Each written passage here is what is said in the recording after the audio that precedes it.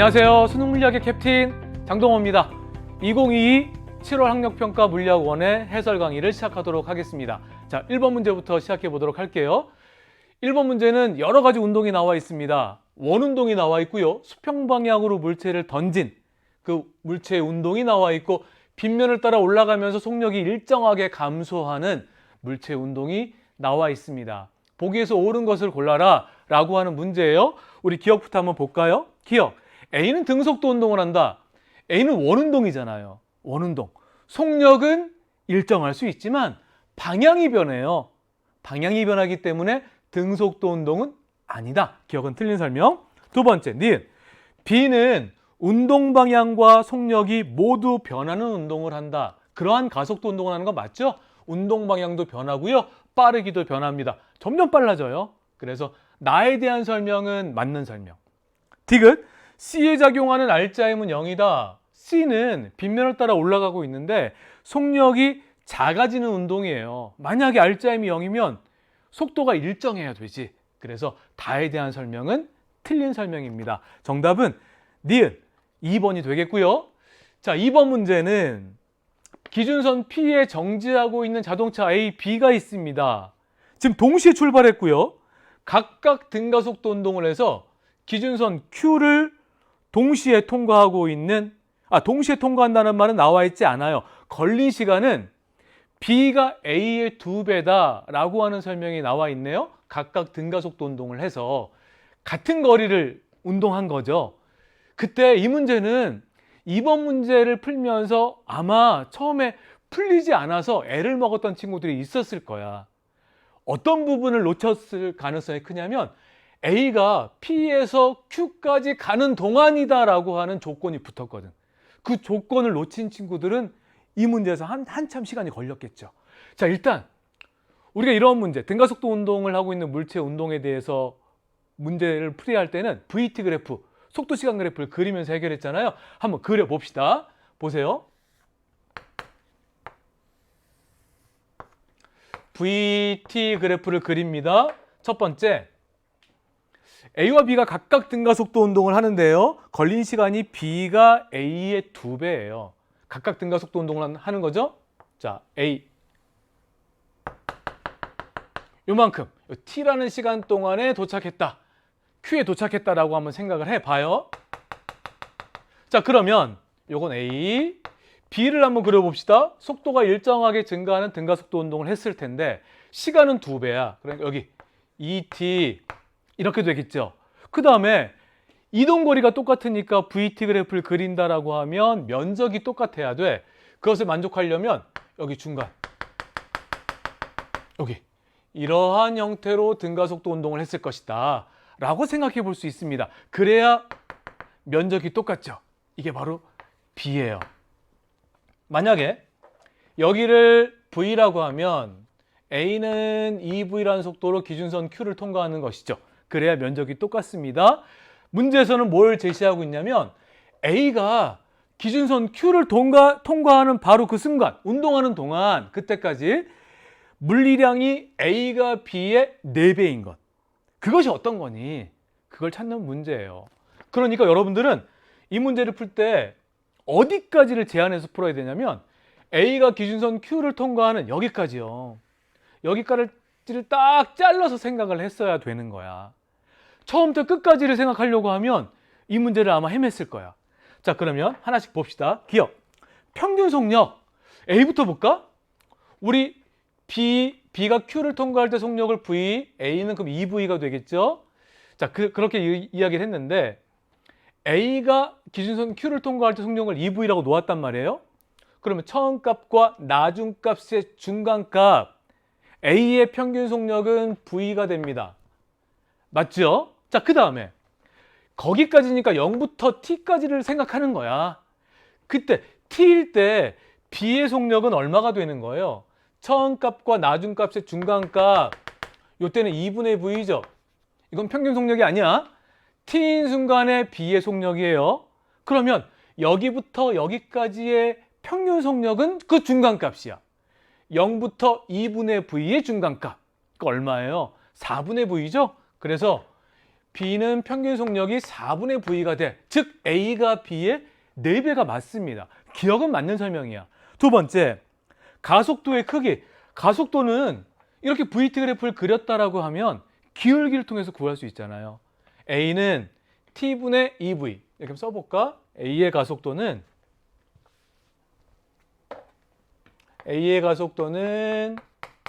T분의 EV.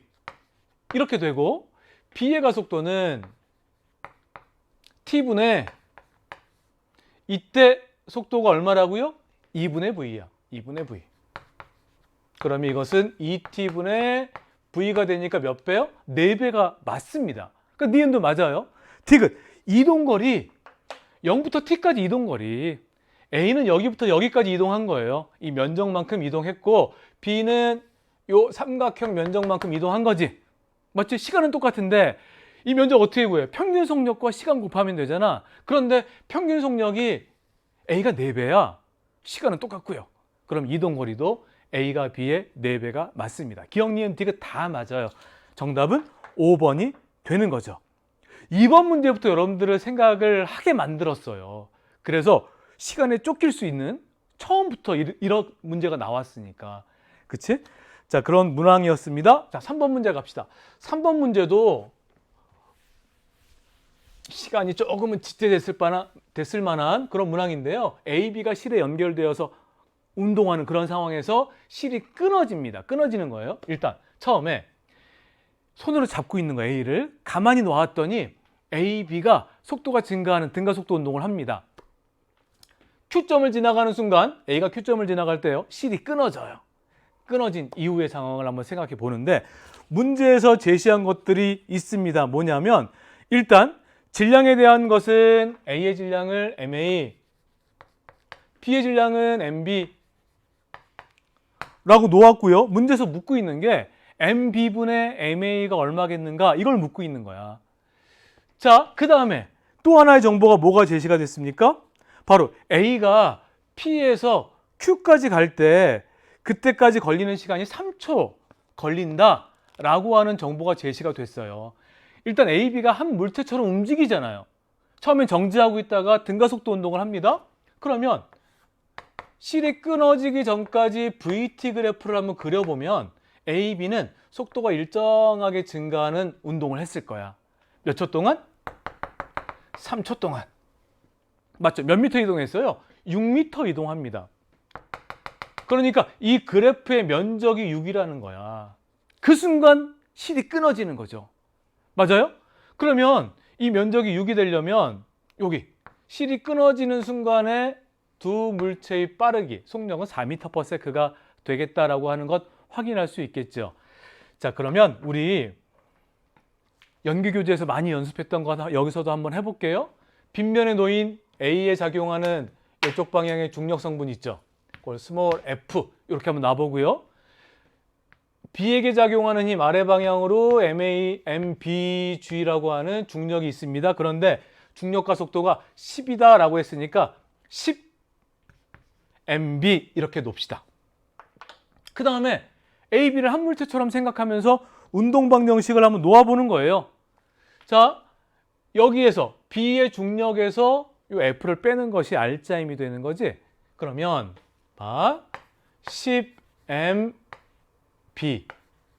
B의 중력에서 F를 뺀 것이 R자임이 되고요. F는 MA, 질량은 두 물체 질량 더해야 되는 거죠. MA 플러스 MB가 되고, 가속도는 조금 전에 우리가 VT 그래프를 그래서 그린 거야. 이 그래프의 기울기를 구하면 가속도 아닙니까? 바로 3분의 4예요. 그래서 가속도가 3분의 4가 된다라고 하는 이러한 운동 방정식을 하나 이렇게 세울 수 있었어요. 맞죠? 자, 그 다음에 두 번째, 실이 끊어집니다. 실이 끊어진 이유를 한번 생각해 보면, 여러분 봐봐. 문제에서는 어떤 정보가 제시가 됐냐면 A가 다시 Q점에서 P점을 향해서 이렇게 지나간다는 거야.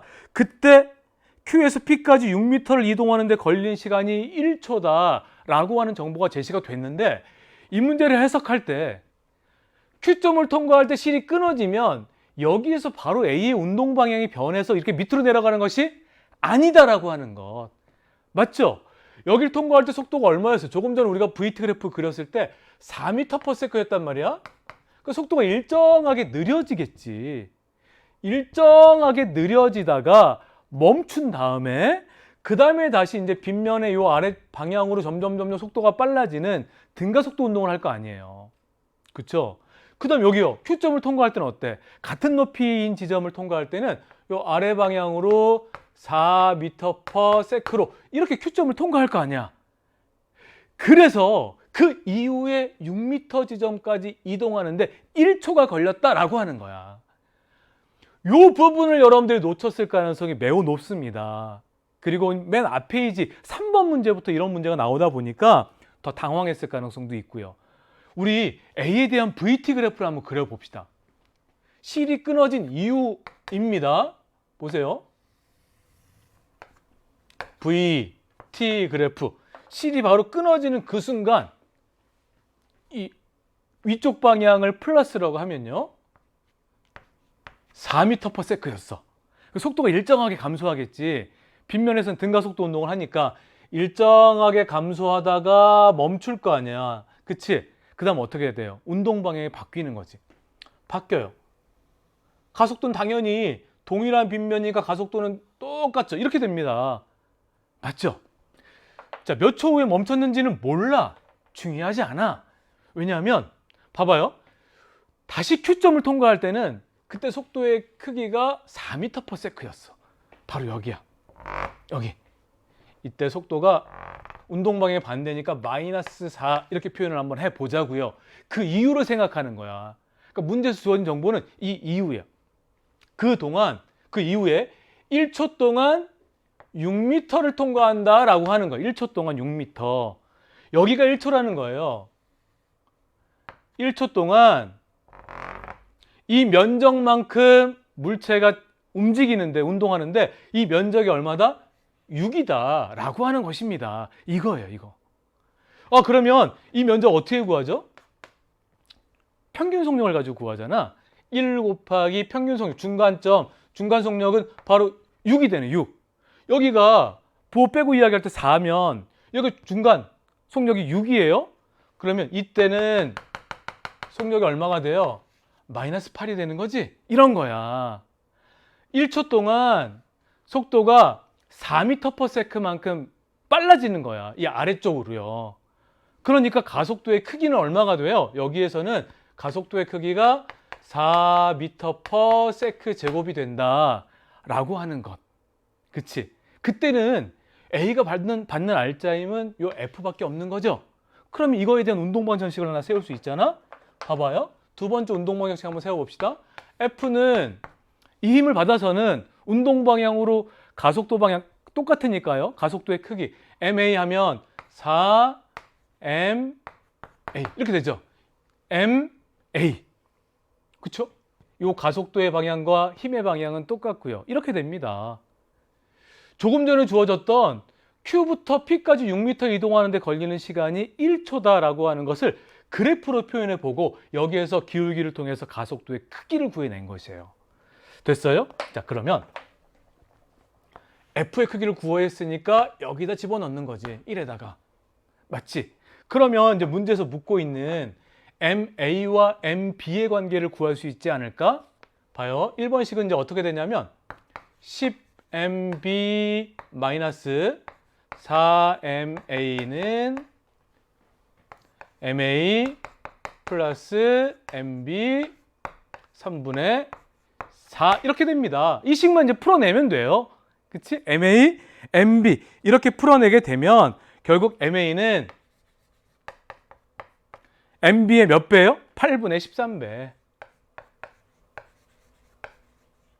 이런 관계를 얻게 됩니다. 그래서 문제에서 묻고 있는 MB분의 MA가 얼마니? 라고 하는 질문에는 8분의 13이다 라고 하는 것을 알아내는 거죠. 정답은 5번이 되는 것입니다. 여기서 여러분들 실이 끊어진 이후에 A의 운동을 이렇게 표현하는 것 한번 연습하고 넘어가면 좋을 것 같습니다. 자, 우리 4번 문제로 갈게요. 4번 문제는 지금 수평면으로부터 라지 H 높이 있는 물체가 이제 마찰이 없는 면을 따라서 쭉 내려옵니다. 이때는 역학적 에너지가 보존되는 것이지. 그러다가 여기요, 1구간, 여기는 마찰력이 있는 구간이에요. 이 구간을 통과하면서는 역학적 에너지가 감소하겠지. 그래, 감소해. 그 다음에 이제 이 문제를 꼼꼼히 읽은 친구들은 그래서 이 문제 꼼꼼히 읽는 게 굉장히 중요했어. 이렇게 올라간단 말이야. 그 다음에 다시 왼쪽 방향으로 내려온대요. 내려와서 이 구간을 한 번 더 통과하고 그 다음 다시 이 빗면을 따라 이렇게 올라간다는 거야. 그쵸? 그 다음에 다시 내려와요. 다시 내려와서 이 마찰면을 통과하면서 P점에서 물체가 멈췄다라고 하는 정보가 제시가 됐습니다. 그러니까 마찰 구간을 몇 번 통과해서 멈춘 거예요? 3번 통과한 다음에 멈춘 거야. 그때 멈췄다라고 하는 것은 에너지가 0이다라고 하는 것이잖아. 맞죠? 그걸 이용해서 이 문제를 풀어내는 것입니다. 자, 이 구간 1에서 받는 마찰력의 크기를 우리 스몰 f 이렇게 한번 표현해 볼까? 그 다음에 이 거리를 s 이렇게 한번 이야기해 보자고요. 그러면 이 마찰 구간을 통과하면서 물체의 에너지는 얼마큼 감소하냐면 이 마찰력이 한 1만큼 감소하게 됩니다. 맞죠? 자, 먼저 이 물체가 갖는 역학적 에너지는 중력 포텐셜 에너지밖에 없어요. m, g, h가 됩니다. 내려오면서 전부 무슨 에너지로 바뀌어요? 운동 에너지로 바뀌는 것이지, 운동 에너지는 수평면에서 물체의 운동 에너지는 2분의 1 mv 제곱이에요. 여기에서의 역학적 에너지가 여기 모든 에너지가 운동 에너지로 바뀝니다. 이것이 같다라고 놓으면 이 v가 루트 2gh라는 거 구할 수 있죠? 바로 기억에서 묻고 있는 바로 그 내용입니다. 맞죠? 자, 그 다음에 전체적으로 에너지가 이만큼이었는데 마찰 구간을 한 번 통과할 때 얼만큼의 에너지가 감소하게 되냐면 마이너스 F 곱하기 S만큼의 에너지가 감소하게 되는 거예요. 한 번 통과할 때. 그런데 아까 우리 뭐라고 그랬지? 몇 번 통과할 때 에너지가 0이 됐어요? 3번 통과할 때. 한 번, 2번, 3번 통과하면서 에너지가 0이 됐단 말이야. 그러니까 이게 몇 번이요? 3. 이게 얼마가 된 거예요? 이게 0이 된 것이다 라고 하는 거지. 그러니까 여러분 여기에서 마찰 구간을 한번 통과할 때마다 감소하는 에너지는 얼마냐면 3분의 1 mgh만큼의 에너지가 감소한다 라고 하는 것을 알 수 있게 됩니다. 맞죠? 자, 니은에서 묻고 있는 거 스몰 h가 얼마겠는가 라고 하는 건 뭐예요? 한번 갔다가 마찰 구간을 통과해서요, 여기 빗면을 따라 올라갑니다. 그러다 다시 반대 방향으로 운동 방향이 바뀌면서 한 번 더 통과하는 거죠. 그래서 스몰 h만큼 올라갔대요. 여기까지. 스몰 h. 이 h가 얼마야? 라고 하는 거야. 마찰 구간을 2번 통과한 거잖아. 그러니까 우리가 마찰 구간을 통과할 때 이만큼의 에너지가 감소한다라고 했으니까 원래 처음에 역학적 에너지는 m, g, h였는데 2번 통과했단 말이야. 이것도 곱하기 2 하면 되죠. 3분의 2 m, g, h만큼의 에너지가 감소하고요. 이게 모두 중력 포텐셜 에너지로 바뀝니다. 바로 m, g, h가 된 거예요. 그럼 3분의 1 mg 라지 h니까 스몰 h에 해당하는 것은 3분의 1 h가 된다라고 하는 것. 니은이 바로 그거 묻고 있는 거죠. 자, 그 다음에 디귿. 왼쪽 빗면의 높이를 EH 이렇게 쭉 올려가지고요. 이 높이가 EH가 되게 하면 그러면 물체를 가만히 놓았을 때 물체가 1을 여기 마찰력이 작용하는 구간을 4회 지난 순간 P에서 정지한다. 그렇게 이야기하고 있어요. 보세요. 이 높이가 EH가 되는 순간 역학적 에너지는 몇 배가 되는 거예요? 2배가 되는 거지. 그치? 그래서 EMGH가 됩니다. 그런데 이 마찰 구간을 한 번 통과할 때마다 얼만큼의 에너지가 감소하냐면 3분의 1 mg 라지 h만큼 감소한다는 거예요. 그러니까 몇 번 통과할 수 있는 거야? 6번 통과할 때 에너지가 0이 되는 거죠. 여기에다 곱하기 6 해봐요. 그럼 3분의 6이니까 EMGH잖아. 역학적 에너지가 EMGH니까 6번 통과할 때 멈추게 된다. 디귿에서 얘기하는 4번 통과하는 순간 P에 정지한다. 틀린 설명이 됩니다. 정답은 기억과 니은이 맞는 3번이 되는 거예요. 자, 우리 5번 문제로 갈게요. 연력학 문제입니다. 지금 일정량의 이상기체의 상태가 A, B, C, A 이를 따라서 순환하는 동안 PV 그래프가 제시가 되고 있고요. 지금 표에서는 과정 1, 과정 2, 과정 3에 Q, 출입하는 열, 그 다음에 델타 U, 내부 에너지 변화량, 그 다음 W, 1, 그 값이 제시가 되고 있어요. 1, 2, 3은 순서가 제시가 되진 않았는데 A, B거나 B, C이거나 C, A 셋 중에 하나다 라는 설명이 나와 있습니다. 우리가 골라야죠. 보세요. 1부터 보면 1과정은 내부 에너지의 변화가 0이야. 온도가 변하지 않은 거야. 온도가 변하지 않은 거 우리 문제에서요. BC 과정이 등온 과정이다라고 제시가 됐거든. 등온. 그러니까 온도가 변하지 않는, 내부 에너지가 변하지 않는 요 1과정이 B에서 C가 되는, B 상태가 C 상태로 바뀌는 이러한 과정이구나라고 하는 것을 알 수 있고요. 두 번째, 이 과정은요. 뭐가 0이냐면 W가 0이야. W는 P 델타 V잖아. 그러니까 부피의 변화량이 0인 등적 과정을 얘기하죠. 그래프 보니까 여기가 등적 과정이에요. 문제에서도 나오고요. A에서 B로 가는 과정. 그러면 과정 2는 A에서 B로 가는 과정이구나. 이거 확인할 수 있고요. 그 다음에 그러면 과정 3은 C에서 A로, C 상태가 A 상태로 바뀌는 과정이다 라고 하는 것 확인할 수 있겠죠. 우리 이렇게 안 다음에 보기에서 옳은 것을 구해보겠습니다. 기억, 1은 A에서 B다. 아니죠. B에서 C예요. 기억은 틀린 설명. 니은, 요 빈칸 기억에 들어가는 거 여기 뭐냐.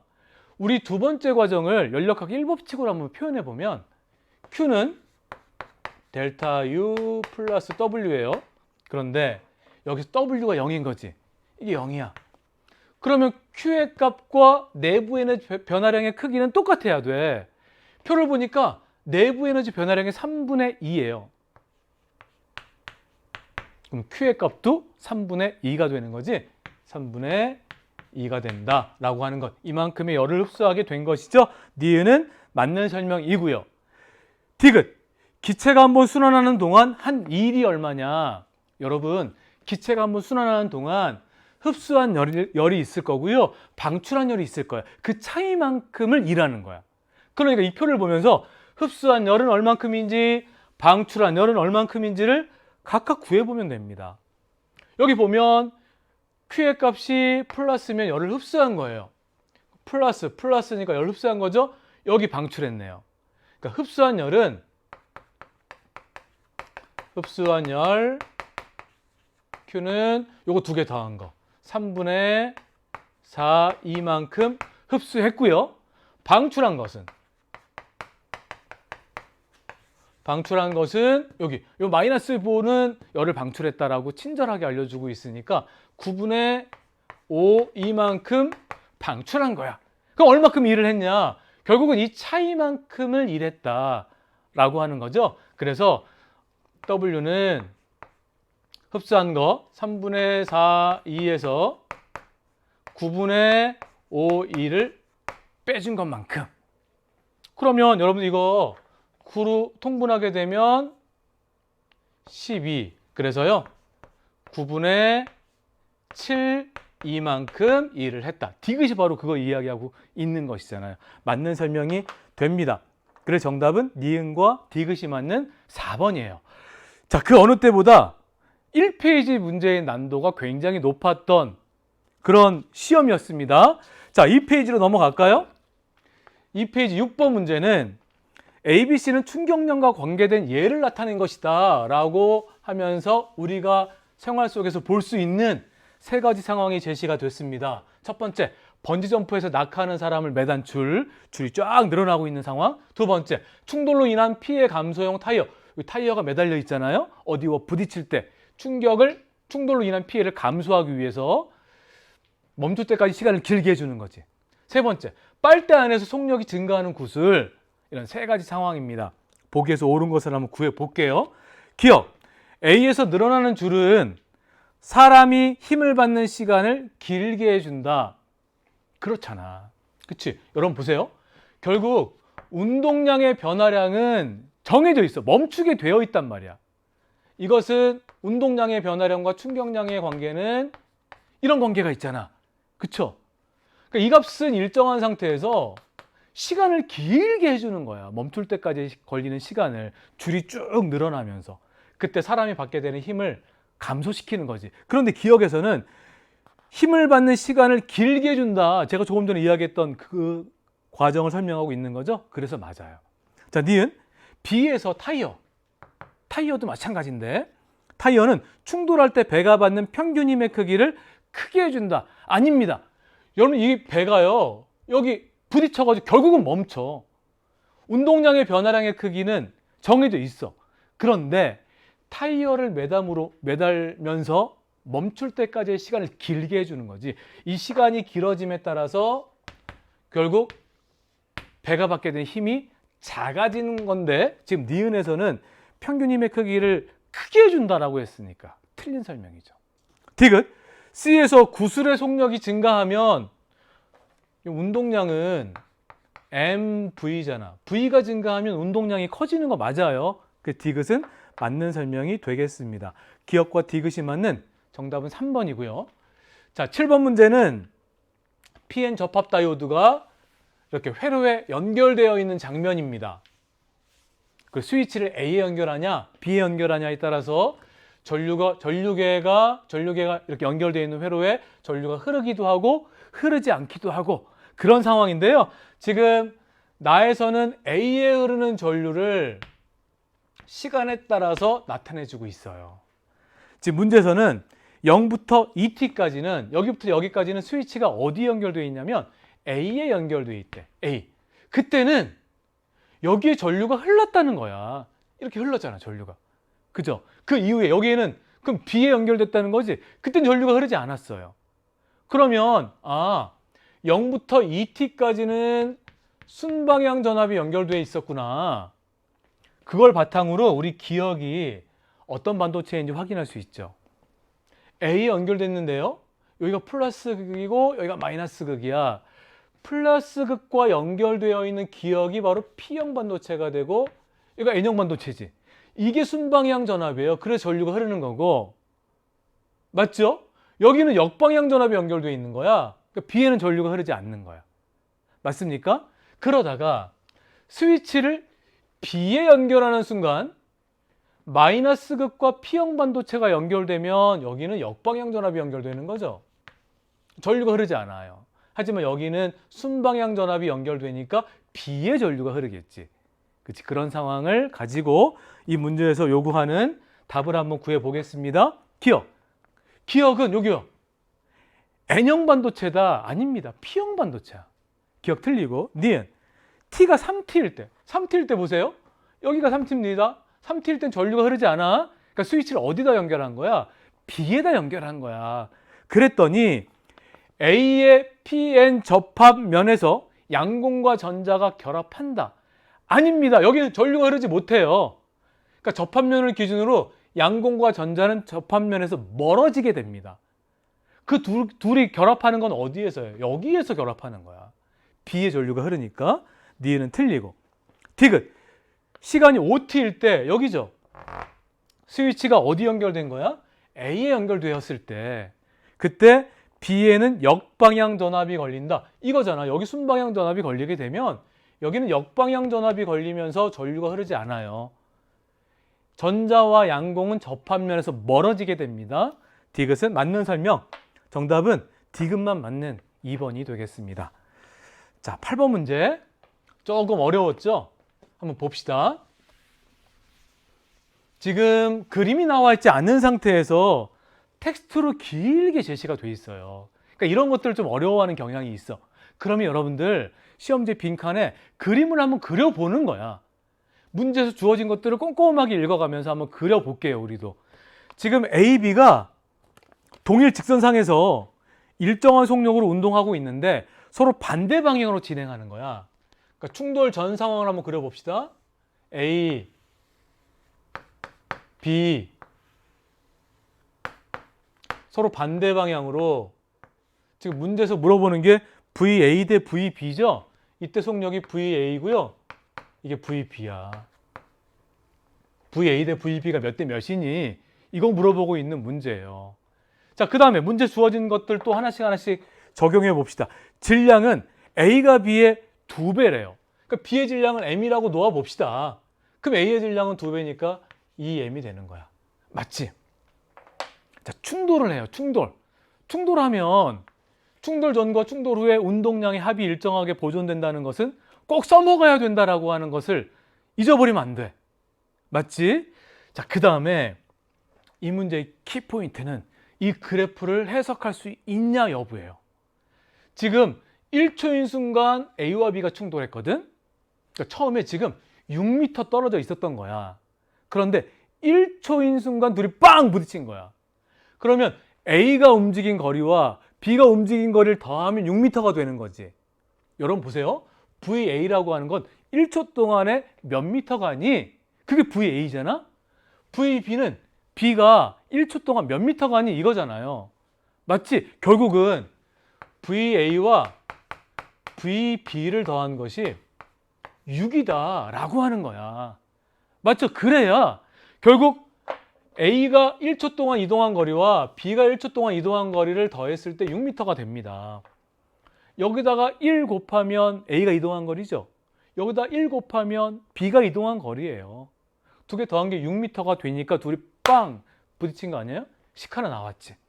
그럼 식 하나만 우리가 또 세울 수 있다면 그러면 문제에서 묻고 있는 VA 대 VB가 몇 대 몇인지 구할 수 있지 않을까? 봐봐요. 자, 두 번째 그림을 하나 그릴 건데 A와 B가 충돌을 했습니다. 충돌한 이후 상황이에요. A, B. 그때 어떤 정보가 나왔나 봐봐. A와 B는 운동 방향이 같대요. 충돌 이후에는. 자, 오른쪽 이렇게 간다 해볼까? 그런데 이 그래프를 보니까요. 충돌한 이후에는 A, B 사이의 거리가 점점 멀어지는 거야. 점점 멀어진다라고 하는 것은 앞에 가고 있는 A가 빠르다라고 하는 거지. 맞죠? 빠른 거예요. 그러면 여기에서 우리가 이렇게 생각할 수 있지 않아? 충돌 후에 운동량의 크기가 B가 A의 2배래. 물론 충돌 이후에 A, B의 운동 방향은 충돌 전 A의 운동 방향과 같다라고 했으니까 이렇게 오른쪽 방향으로 우리가 체크를 한 거고요. 일단 질량 표시. A는 질량이 2M, B의 질량을 M이라고 했을 때 A의 질량은 2배다라고 했으니까 그 다음에 여기 봐봐. 우리가 이렇게 한번 해보자고요. 충돌 이후에 A의 속도가 얼마인지 모르니까 V라고 한번 놓아볼까? V? 이건 충돌 이후의 속도야. 그럼 충돌 이후에 B의 속도는 얼마가 되는 거야? V 플러스 3이 되는 거 아니에요? 그렇잖아. 왜냐하면 앞에 가 있는 B의 속도가 뒤에 있는 A의 속도보다 3만큼 빠른 거야. 속도가. 그렇기 때문에 1초 지났을 때 3m씩 점점 멀어지는 거지. 둘 사이 거리가. 이해되지? 이런 상황 충분히 생각할 수 있잖아요. 자, 그 다음에 또 하나의 정보가 나왔어요. 충돌 이후에 A와 B의 운동량이 B가 A의 2배래. 운동량이 2배래. MV 곱한 것이 B가 A의 2배입니다. 그런데 질량이 A가 2배예요.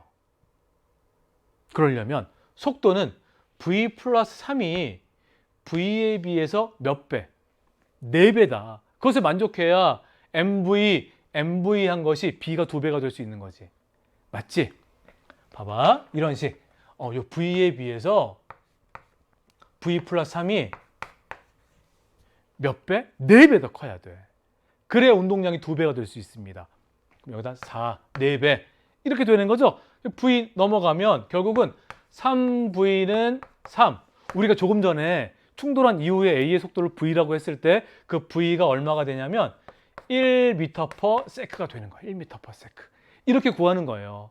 운동량이 B가 A의 2배다라고 하는 것을 문제에 써먹은 거죠.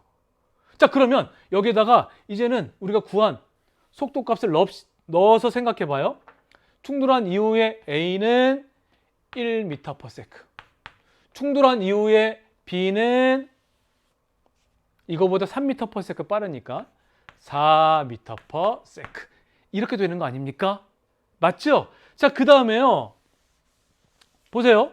충돌 문제가 나오면 우리가 아까 생각했던 것, 운동량 보존 법칙. 충돌 전에 운동량의 합과 충돌 후에 운동량의 합이 보존된다는 것 써먹어야 된다. 머릿속에 항상 있어야 됩니다. 그거 한번 생각해 봐요. A의 운동량 MV, 운동량 보존 법칙 한번 할게요. 충돌 전 운동량 EM VA. 그 반대 방향이니까 마이너스지. 마이너스 MVB는 충돌 이후 A의 운동량 MV EM 플러스 충돌 후에 B의 운동량 MV 4M 이렇게 되네요. 여기에서 VA와 VB가 포함되어 있는 식을 하나 또 끄집어낼 수 있지 않아? 이 두 식을 연립하면 문제에서 묻고 있는 VA와 VB를 구할 수 있을 것 같아요. 봐봐. M은 이렇게 지워집니다. 지워지고요. 그러면 이 식은 EVA 마이너스 VB는 두 개 더하면 6이 됩니다. 자, 두 번째 식이 나왔어요. 1식과 2식, 요거 첫 번째 식이라고 하고 첫 번째 식과 두 번째 식을 더합니다. 더하게 되면 좌변에 남는 것은 3VA는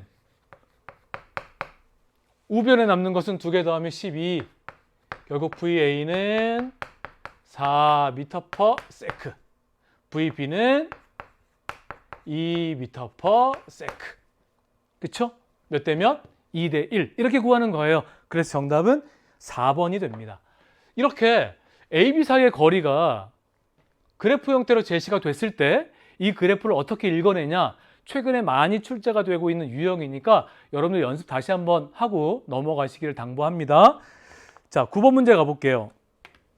9번 문제는 보호의 수 원자 모형에서 양자수에 따른 에너지 준위가 제시가 되고 있고요. 전자가 전이하고 있네요. 전이 과정에서 방출되는 빛 A, B, C를 보여주고 있어요. 그때 요 B가 가시광선 영역에 해당하는 빛이다. 여러분 발머 계열인 거 기억하죠? 그 다음에 요 A와 C는 하나는 자외선이고 하나는 적외선인데 여러분 알잖아. N이 1인 궤도로 전이할 때 그때 방출하는 빛이 자외선 영역이에요. 그 다음에 N이 3인 여기로 전이할 때 방출하는 빛이 적외선 영역이고요. 맞죠? 자, 그 다음에요. 나는 전자기파의 일부를 파장에 따라서 구분해 놓은 건데 가시광선보다 파장이 길어요. 여러분 이게 긴 거지? 이게 짧은 거야. 가시광선보다 파장이 긴 게 적외선이고 가시광선보다 파장이 짧은 게 자외선입니다. 다 잘 알고 있을 거예요. 이렇게 이 그림과 그래프를 해석을 한 후에 그림 두 개를 해석한 후에 보기에서 옳은 것을 한번 구해 보겠습니다. 기억, FA, 요 진동수가 FA, 여기 진동수 FB, 요때 요 빛의 진동수 FC 이렇게 두었을 때 요 FA 플러스 FB 플러스 FC는 여러분 여기에다가 뭐만 곱하면 요 에너지 준위 차이예요. H만 곱하면 되잖아. 그치? 그래서 여러분 봐봐. FA 플러스 FB 플러스 FC 여기에다가 H만 곱하면 여기 에너지 차이, 여기 에너지 차이, 여기 에너지 차이입니다. 결국 이 세 개를 다 더한다는 것은 E4 마이너스 E1 여기와 여기의 에너지 차이를 의미하는 거죠. 그래서 이 값은 E4 마이너스 E1이 되고요. 기억에서 얘기하고 있는 게 바로 이거야. 이거는 H분의 E4 마이너스 E1이다 라고 하는 거죠. 기억 맞습니다. 니은 A는 요거죠. 나에서 기억에 해당한다. 요 자외선 영역. 맞아요. 디귿. TV 리모컨에 사용하는 전자기파 근거리 통신할 때 사용하는 건 적외선이잖아요. 바로 니은에 해당한다. 맞는 설명입니다. 기억, 니은, 디귿 다 맞고요. 정답은 5번이 되겠습니다. 자, 우리 10번 문제 갈게요. 10번 문제는 광학현미경과 전자현미경으로 지금 동일한 시료 그리고 같은 배율로 보고 있는 장면입니다. 지금 얼핏 봐서는 뭐가 뭔지 잘 모르겠지만 문제 나와 있는 설명을 듣고 보니까 명확하게 보여요. 뭐냐면 나가 가보다 작은 구조가 선명하게 관찰됐대. 그러면 작은 구조를 본다? 작은 구조를 더 선명하게 본다? 이게 뭐예요? 분해능이 좋아진다는 이야기고, 분해능이 좋다라고 하는 것은 파장이 짧은 걸 사용한 거지. 그치? 바로 전자현미경이 되는 거예요. 나가 전자현미경으로 본 거고, 가가 광학현미경으로 본 거네요. 그 다음에 여기 중요한 키워드가 나옵니다. 시료의 입체 구조가 확인된대요. 입체 구조를 볼 때는 주사전자현미경을 가지고 보는 거죠. 평면 구조를 볼 때는 투과 전자현미경을 가지고 보고요. 그러니까 지금 이것은 주사전자현미경이 돼요. 자, 그 다음에 지금 가를 얻기 위해 사용된 빛의 파장이 람다1이다. 여기다 한번 써볼까요? 람다1. 나를 얻기 위해 사용된 전자의 물질파 파장은 람다2입니다. 그리고 이때 전자의 속력은 V다 라고 하는 정보가 제시가 됐어요. 옳은 것을 보기에서 골라보겠습니다. 기억. 일단 파장 비교하는 거, 분해능이 좋으려면 파장이 짧아야 돼요. 그렇기 때문에 이 가시광선을 이용하는 광학현미경보다는 전자선을 이용하는 주사전자현미경의 파장이 짧아요. 람다1이 람다2보다 길다. 기억은 맞는 설명이죠. 니은 나는 투과전자현미경 아닙니다. 주사전자현미경으로 본 상이에요. 디귿 전자의 속력이 2분의 V면 지금은 얼마라고? 지금은 V인데 그때 파장이 람다2인데 만약에 V를 2분의 V로 바꾸게 되면 파장은 몇 배가 되냐? 이 질문입니다. 여러분 물질파 파장은 mv분의 h가 된다는 거 다 알죠? 이게 람다2야. 람다2인데 지금 여기서 v를 2분의 V로 바꾼다는 거야. 그럼 얼마가 되는 거예요? 파장은 2람다2가 되는 거지? 그치? 요 V와 물질파 파장은 반비례 관계가 있으니까, 반비례 관계니까. 그래서 디귿은 틀린 설명이 됩니다. 기억만 맞는 1번이 되겠네요. 자, 세 번째 페이지로 넘어가서요. 11번. 특수상대성 이론에 대한 문제가 나왔습니다. 지금 이 문제를 얼핏 보고 저 우주선 어느 쪽으로 움직이는 거야? 운동방에 나와 있지 않아서 처음부터 이거 뭐야? 문제 잘못 낸 거 아니야? 뭐 이런 생각했을 거예요. 왜냐면 우리가 익숙한 문제의 유형은 이 우주선이 오른쪽이든 왼쪽이든 움직이고 있는 화살표 방향이 나오고요. 빛의 속도에 근접한 속도의 값이 나와 있잖아요. 그 나와 있지 않다라고 하는 것은 결국은 이 우주선이 어느 방향으로 움직이는지를 묻겠다라고 하는 거 아니야. 맞죠? 자, 관찰자 B에 대해서 광속에 가까운 속도로 움직이고 있는 우주선이 있습니다. 이 안에 관찰자 A가 있고요. 광원 PQR점이 있습니다. 자, 문제 제시한 거 한번 봅시다. A가 봤을 때 A의 관성계에서 이렇게 표현했죠. A가 봤을 때 광원에서 방출된 빛이 P보다 Q에 먼저 도달했대요. 자, 우리 광원을 이렇게 5점이라고 한번 해볼까? 5점. 그러면 관찰자 A가 봤을 때 O에서 발생한, 광원에서 발생한 빛이 Q에 먼저 도달했다?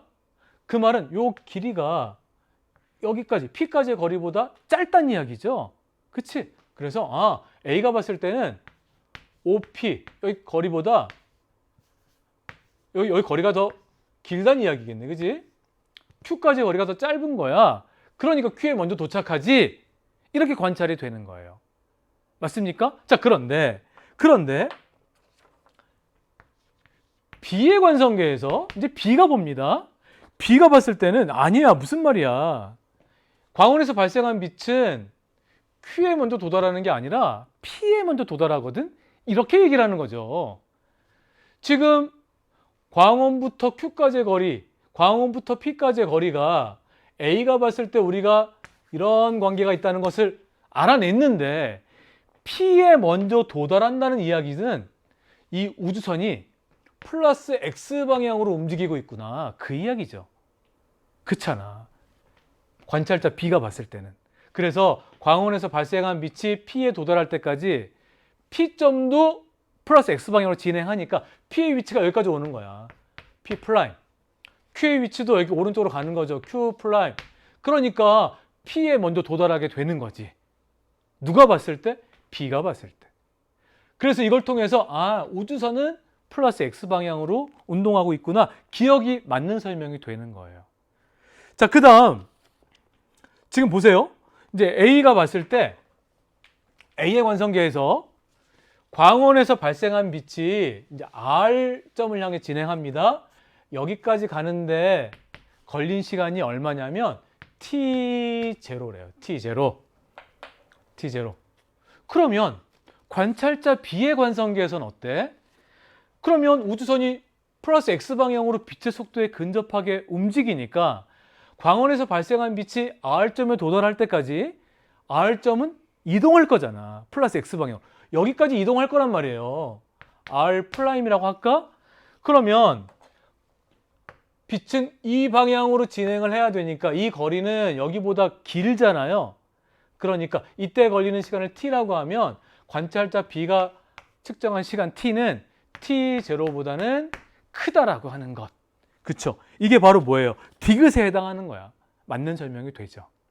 자, 그 다음에 니은을 자연스럽게 이제 니은만 남게 됐는데 니은을 보면 자, B의 관성계에서 관찰자 B가 봤을 때 광원과 P 사이의 거리. 여러분, 이 거리는 A가 봤을 때 측정한 길이가 고유 길이지. 같은 운동 상태인 관찰자가 측정한 길이. B가 측정하게 되면 움직이는 거잖아. 움직이면 운동 방향으로 수축이 되는 거잖아요. 그래서 B의 관성계에서 보면 수축된 길을 보는 거야. 맞죠? 그걸 알고 여러분들 니은을 읽어봐요. 그러면 B의 관성계에서 광원과 P 사이의 거리, 수축된 길이는 광원과 P 사이의 고유 길이. 고유 길이는 A의 관성계에서 측정한 길이. 그거보다는 짧아야 됩니다. 바로 그것을 이야기하고 있어요. 맞는 설명이야. 기억, 니은, 디귿이 다 맞습니다. 정답은 5번이 돼요. 자, 12번으로 넘어갈게요. 12번은 핵분열 과정과 그것을 핵 반응식으로 표현하고 있거든. 봅시다. 우라늄이 중성자를 흡수합니다. 흡수해서요. 크립톤과 바륨으로 쪼개지고요. 중성자 3개가 나와요. 그 과정에서 에너지가 발생하죠. 이 에너지는 바로 질량 결손 에너지야. 우리가 이렇게 표현해 볼까? 에너지는 델타 M 결손된 질량, 여기에 C제곱, 이만큼의 에너지가 방출이 되는 것이죠. 자, 그 상태에서 보기에서 옳은 것을 구해라 라고 하는 거예요. 하나의 정보가 더 제시가 됐습니다. 중성자 A와 B의 속력인데요. 중성자의 속력은 A가 B보다 작다. 요 중성자 A의 속력이 작구나. B보다. 이렇게 한번 표현을 해볼게요. 여러분 봐봐. 우리가 핵반응식을 볼 때 화살표를 기준으로 전과 후를 비교할 때 2가지는 보존되고 1가지는 보존되지 않는다. 이렇게 학습했죠. 보존되는 것 2가지는 첫 번째는 전하량이 보존돼. 여기요. 92 플러스 0, 92죠. 여기 봐봐. 56, 36, 0 더하면 92예요. 이렇게 보존이 됩니다. 두 번째 보존되는 건 질량수야. 질량수 235, 1, 236이야. 그러면 여기 141 중성자가 3개니까 3이죠. 144 그럼 여기는 기억에는 92가 들어가야 3개 더했을 때 236이 되는 거죠. 그래서 기억에서 묻고 있는 여기 기억에 해당하는 것은 92이다. 맞는 설명이 되는 거예요. 자, 두 번째 핵반응에서 발생하는 이 에너지요. 이 에너지 이것은 질량 결손에 의한 것이다. 이거 계속 물어보고 있는 형태잖아. 그치? 맞는 설명입니다. 디귿. 디귿이 조금 새로웠나요? 상대론적인 질량. 질량도 상대적이다. 라고 하는 것이지 정지하고 있는 질량, 정지 질량 그렇게 이야기하고요. 움직이는 물체의 질량, 상대론적인 질량인데요. 빛의 속도에 근접할수록 질량은 증가하게 됩니다. 우리 조금 전에 문제에서 중성자 A와 중성자 B가 누가 더 빠른지 설명이 되어 있잖아. 중성자 B가 빠릅니다. 그 말은 상대론적인 질량은 중성자 B가 더 큰 거야. 디귿 보면 상대론적인 질량은 A가 B보다 크다라고 했으니까 틀린 설명이 되는 거지. 빠를수록 상대론적인 질량은 크다라고 하는 것 기억하시고요. 정답은 기억, 니은 맞는 3번입니다. 자, 13번이요. 광전 효과에 대한 것인데요. 단색광 A 또는 B를 광다이오드에 비춰주고 있고요. 그때 광다이오드에 전류가 흐르고 있는 장면이 제시가 되고 있습니다. 전류가 흐른다라고 하는 것은 광전 효과가 일어난 거야. 광전자가 방출이 된 거죠. 그 광전자의 흐름을 우리가 광전류 이렇게 이야기하면 됩니다. 이해하시면 돼요. 자, 그때 단색광 A, 단색광 B. 봐요. 세기를 다르게 하면서 단색광 A, B를 비추고 있는 장면인데 여기서 이걸 놓치면 안 돼. 단색광 A를 비추었을 때 빛의 세기가 I일 때는 전류의 세기가 0이야. 광전 효과가 일어나지 않은 거야. 그쵸? 그 말은요, 단색광 A는 세기를 아무리 세게 해도 광전 효과를 일으키지 못합니다. 여기도 0이 되겠다 라고 하는 거지. 자, 두 번째, B를 비추었을 때는 단색광의 세기가 2I일 때는 광전 효과가 일어났어. 그 말은 빛의 세기가 조금 약해졌어요. I만큼 흐를 때는 튀어나오는 전자수가 좀 줄겠지. 그래서 여기에 들어가는 건 2I0보다 작다. 이런 게 적절하겠네요. 그치? 튀어나온 전자수가 2I일 때보다는 좀 작아집니다. 광자와 전자가 1대1 충돌하기 때문에 그렇죠? 그러니까 빛의 세기가 세다는 것은 광자, 빛 알갱이가 많아진다는 거야. 그치? 자, 이것을 바탕으로 한번 볼까요? 기억. 이거 0이다. 맞는 설명이죠? 니은. 여기 빈칸에 들어가는 것은 2I0보다 크다. 아니에요. 2I0보다 작다가 맞아요. 니은 틀리고. 광다이오드는 광전효과 이용한 거잖아. 광전효과는 여러분 어떤 업적을 높게 평가받은 거예요? 빛의 입자성을 증명한 거야. 그래서 디귿, 빛의 파동성을 이용한다. 틀린 설명이 됩니다. 기억만 맞는 정답은 1번이 되겠네요. 자, 14번 문제 갈게요. 14번 문제는 스피커를 이용해서 빛의 간섭, 파동의 간섭 실험이죠. 파동의 간섭 실험을 보여주고 있습니다. 지금 휴대폰에 연결되어 있는 스피커 A, B가 있어요. 여기에서는 진폭과 진동수가 동일한 그런 소리가 발생하고 있는데 A와 B로부터 같은 거리만큼 떨어져 있는 5점. 여기에 소음 측정기를 놓은 거야. 그 기준선을 이렇게 쭉 그려져 있는 거죠. 여러분 경로차가 얼마가 되죠? 경로차가 0이다 그러면 같은 위상이 만나는 거지. 그 무슨 간섭? 보강 간섭이 돼요. 그래서 그거에 대한 결과를 보면 5점에선 소리의 세기가 세진단 말이야. 그러니까 보강 간섭이 일어난 거야. 자, 그 다음에 이 기준선을 따라 소음 측정기의 위치를 이렇게 다르게 합니다. P점에 놓았더니 소리의 세기가 약해졌어요. 그 말은 여기에서 온 소리와 여기서 온 소리가 상세 간섭이 된 거죠. 진폭이 작아진 거야. 요거는 상세 간섭이구나. 이렇게 Q점에서 다시 소리가 커졌네. 보강 간섭이 됐구나. Q점에서는. 그쵸? 이거 우리가 확인하는 실험 아니겠습니까? 자, 이걸 바탕으로 우리가 이제 보기에서 오는 것을 구할 텐데 과정 라를 보니까 라에서는 B를 제거하고 스피커 하나를 제거하고 나서 이 과정을 한번 반복하게 된 거야. 여러분 그러면 A와 B에서 발생한 소리가 보강간섭, 상세간섭, 보강간섭, 상세간섭 소리가 커졌다 작아졌다 커졌다 작아졌다 이걸 반복하게 될 텐데 스피커 하나를 제거하게 되면 이러한 간섭 현상을 볼 수 없는 거잖아. 맞죠? 그걸 염두에 두고 보기에서 오는 것을 구해봅시다. 기억. A, B에서 발생한 소리는 O에서 같은 위상으로 만난다. 같은 위상으로 만날 때 우리는 보강 간섭이 됐다 이렇게 이야기하고요. 진폭이 커진 거야. 큰 소리가 발생하는 거죠. 니은 다에서 P점에서는 P점 여기요. 상세 간섭이지. 상세 간섭이 일어난다. 맞는 설명. 디귿 점 P에서 측정된 소리는 여기요. 조금 전에 상세 간섭이 일어났던 점에서 다에서가 라에서보다 다에서는 지금 상세 간섭이 일어난 거고 라에서는 스피커 B를 제거한 거야. 그럼 상세 간섭이 일어나지 않겠지? 그럼 상세 간섭이 일어날 때보다 소리는 조금 더 크겠죠? 그런데 디귿은 뭐예요? 다가 라보다 크다라고 했으니까.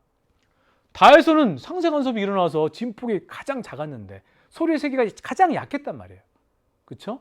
그렇기 때문에 이것은 틀린 설명이 됩니다. 기억 니은이 맞는 정답 3번이요. 자, 15번. 15번은 단색광이 매질 B와 C에서 진행하고 있는 장면, 그리고 광섬유, 이것을 보여주고 있는데요. 단색광이 진행하다가 B와 A의 경계면에서 여기에서 전반사를 하고요. 전반사. 그 다음에 C와 A의 경계면 R점에서 또 한 번 전반사를 합니다. 여러분, 전반사가 되려면 굴절률이 큰 데에서 작은 데로 가야 되지.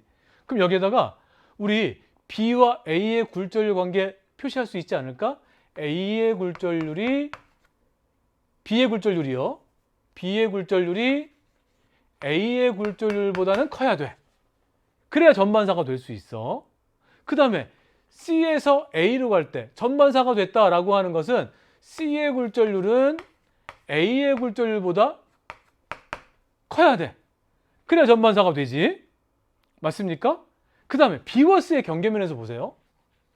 여기서 보니까 빛이 진행하다가 꺾였어. 직진했으면 그러니까 점선 방향으로 가야 되는데 꺾였단 말이야. 너 우리 법선을 한번 그려볼까요? 법선을 한번 이렇게 그립시다. 어느 쪽으로 꺾였는지. 진행하다가 경계면 쪽으로 꺾였네. 우리 경계면 쪽으로 꺾인다 그러면 빨라진 거잖아.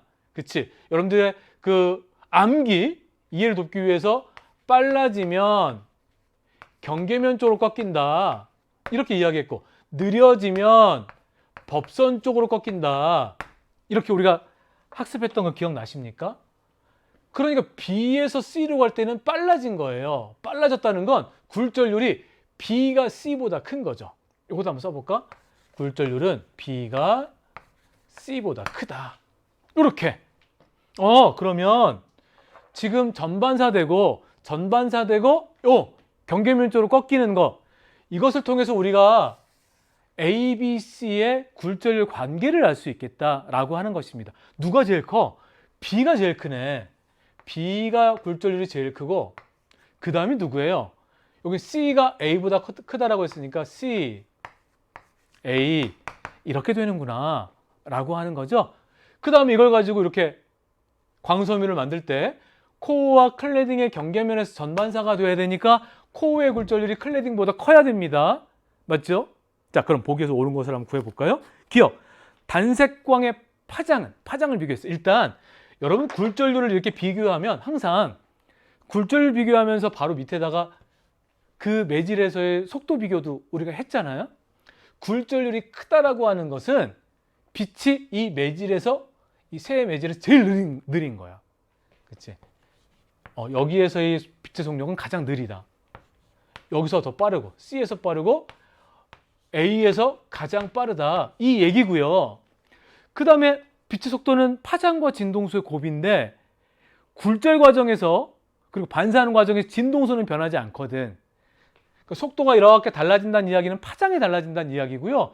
이 크기에 비례해서 파장도 이렇게 표현이 가능합니다. 이렇게 쓰고 한번 생각해 볼까? 기억. 단색광의 파장은 B가 C보다 길다. B가 C보다 짧아요. 기억은 틀린 설명. 니은. 임계각은 A와 B에서가 A와 C 사이보다 작다. 이렇게 이야기했는데 여러분 봐봐. 임계각으로 입사하게 되면 굴절각이 90도잖아. 맞죠? 그러니까 많이 꺾인다는 이야기인데 임계각이 작다라고 하는 것, 작은 각도로 입사해도 굴절각이 90도가 될 수 있어. 그 말은 두 매질의 속도차가 클 때, 그 굴절률의 차이가 클 때요. 굴절률 차이가 클수록 여러분 많이 꺾이는 거지? 그러니까 이때 임계각이 작아요. 이때가 가장 작은 거야. 니은 다시 봐요. 임계각은 A, B 사이가 이때 굴절률 차이가 가장 크니까 임계각이 가장 작습니다. 이때가 A와 C 사이, 여기보다 임계각이 작다. 맞는 얘기죠. 굴절률 차이가 클수록 많이 꺾이니까요. 임계각은 작다라고 하는 거 꼭 체크해야 됩니다. 디귿. ABC로 나의 광섬유를 제작할 때 코어를 B. 동그라미 치면서 가볼까? 코어. 그 다음에 클레딩을 C로 만들면 이렇게 만들면 임계각이 가장 작다. 조금 전에 했던 거잖아. 임계각이 가장 작으려면 코어를 B, 클레딩을 A로 만들어야 돼. 굴절률 차이가 클수록 임계각이 가장 작아요. 그쵸? 굴절률 차이가 별로 안 나잖아. 그럼 별로 안 꺾이는 거야. 별로 안 꺾이니까 임계각이 클 수밖에 없어요. 디귿은 틀린 설명입니다. 그러니까 니은만 맞아요. 정답은 2번이 되겠습니다. 자, 우리 마지막 페이지로 갑시다. 16번이요. 16번은 보호의 수원자 모형에서 양자수에 따른 핵과 전자 사이의 거리에 대한 정보가 표에 제시가 되어 있고요. 그 다음에 둘 사이에 작용하는 전기력의 크기, 그리고 에너지 준위까지 제시가 되고 있습니다. 이에 대한 설명으로 옳은 것을 골라라 라고 하는 거야. 처음에 봤을 때 조금 당황했을 수 있지만 문제를 풀면서는 어려운 게 아니구나 라고 안도의 한숨을 깊게 내쉬었을 거라고 생각해요. 보세요. 양자수가 1일 때 핵과 전자 사이의 거리가 R이래.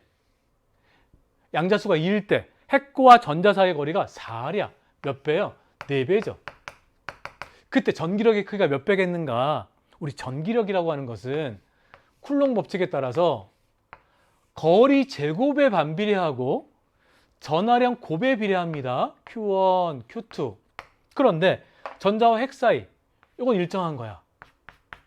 거리에 따라서 전기력의 크기가 달라지는데 거리가 4배가 됐어. 4배가 되면 이거 제곱하니까 몇 배예요? 이거 16이 되는 거야. 그 16분의 1이 되는 거죠. 전기력의 크기가. 그치? 그렇기 때문에 기억은 16F가 되는 거야. 16F. 바로 니은에서 얘기하는 4F가 아니고요. 16F. 이 쿨롱의 법칙은 이 거리와 무슨 관계가 있는지, 전하량의 곱과 무슨 관계가 있는지는 기억해야 됩니다. 자, 그 다음에 지금 양자수에 따라서 에너지 준위가 딱딱딱 정해져 있잖아. 특정한 에너지만 가질 수 있는 거잖아. 이거 우리 조금 고급진 표현으로 뭐라고 이야기해요? 기억에서 얘기하는 에너지가 양자화되어 있다. 에너지 준위는 양자화되어 있다. 이렇게 표현하는 거 아니에요? 맞는 설명입니다. 그렇죠? 그 다음에 디귿. 전자가 n이 2인 궤도에서 n이 1인 궤도로 전이할 때 그때 방출되는 빛의 에너지는 바로 이 에너지 준위 차이만큼 방출하는 거죠. 큰 것에서 작은 걸 빼는 것만큼이야. 빼기만 잘하면 되는 거야. 큰 거 마이너스 2제로 마이너스, 여기는요 마이너스 4, 2제로예요. 이 차이. 그럼 마이너스니까 플러스가 되고요.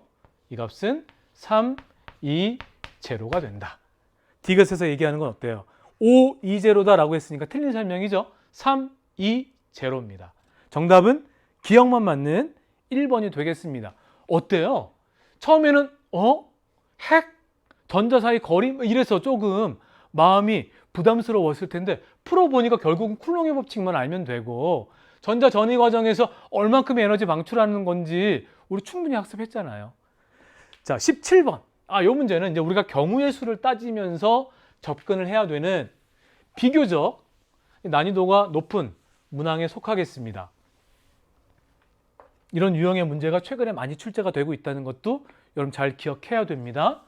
자, 지금 이 문제에서는 무한히 긴 직선 도선이 이렇게 수직으로 있는 거예요. A와 B.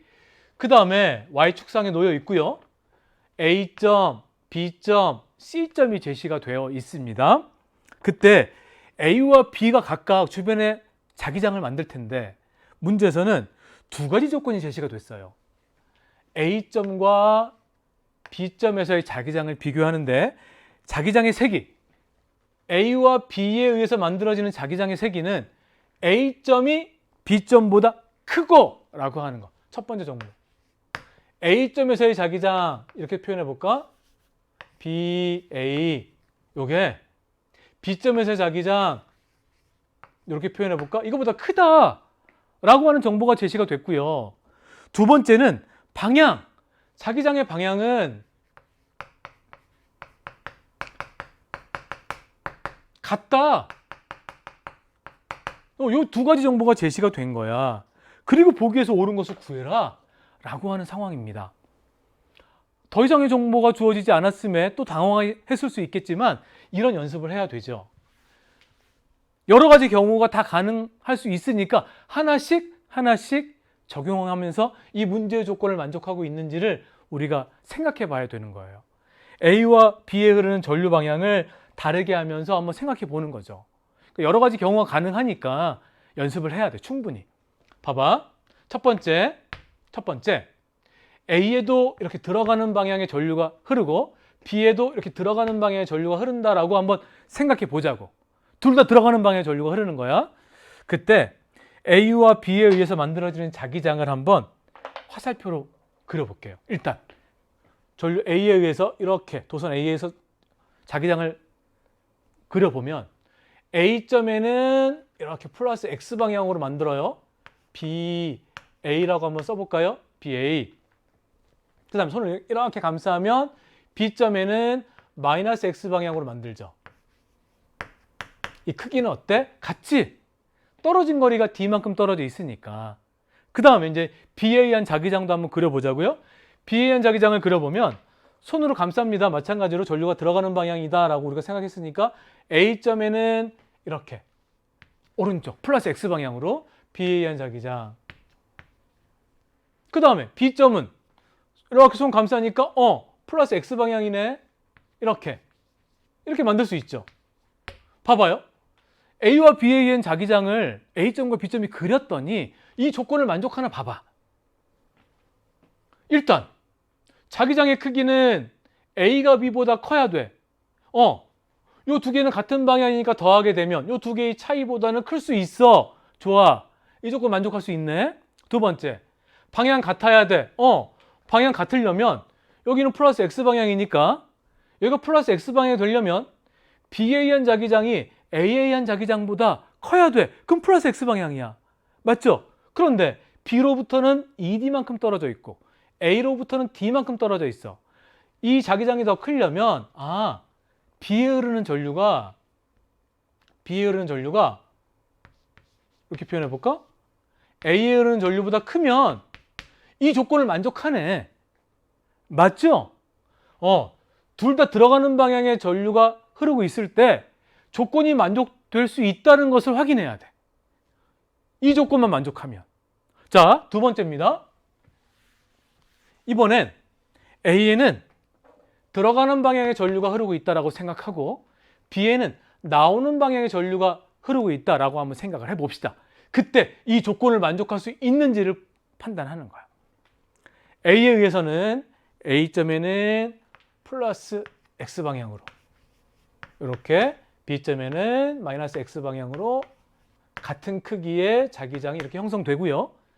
B에 의해서는 전류가 이렇게 나오는 방향이잖아. 손을 감싸게 되면 B에는 이렇게 마이너스 X방향, 그 다음에 A에는 이렇게 마이너스 X방향, 이런 자기장을 만들게 됩니다. 자, 이렇게 한번 그린 다음에 이 조건이 만족하나 봐봐요. 일단 명확하게 B점은 마이너스 X방향의 자기장이 형성이 돼요. 그럼 여기에 마이너스 X방향의 자기장이 형성이 되려면 A에 의한 자기장이 이거 B에 의한 자기장이죠. B에 의한 자기장이 A에 의한 자기장보다 크면 되는 거야. 맞지? 그럼 만족하겠네. 어때요? 같은 방향의 자기장이 형성될 수 있지. 하지만 이 조건을 만족하지 못해. 왜냐면요, 여기는 두 자기장의 방향이 똑같고요. B로부터도 거리가 가까워요. 그쵸? B로부터 거리가 멀잖아. 이 자기장의 세기는 요거보단 작다고. 아무리 A보다 클 수는 있지만 요거보단 작다는 얘기야. 결국 두 개를 더한 자기장의 크기를 생각한다면 B가 더 커야 돼. A가 더 클 수 없어요. 이 조건을 만족하지 못하는 거야. 생각 잘못한 거네. 이렇게 흐를 수가 없네. 그쵸? 생각 잘못한 거예요. 자, 그럼 이건 어때?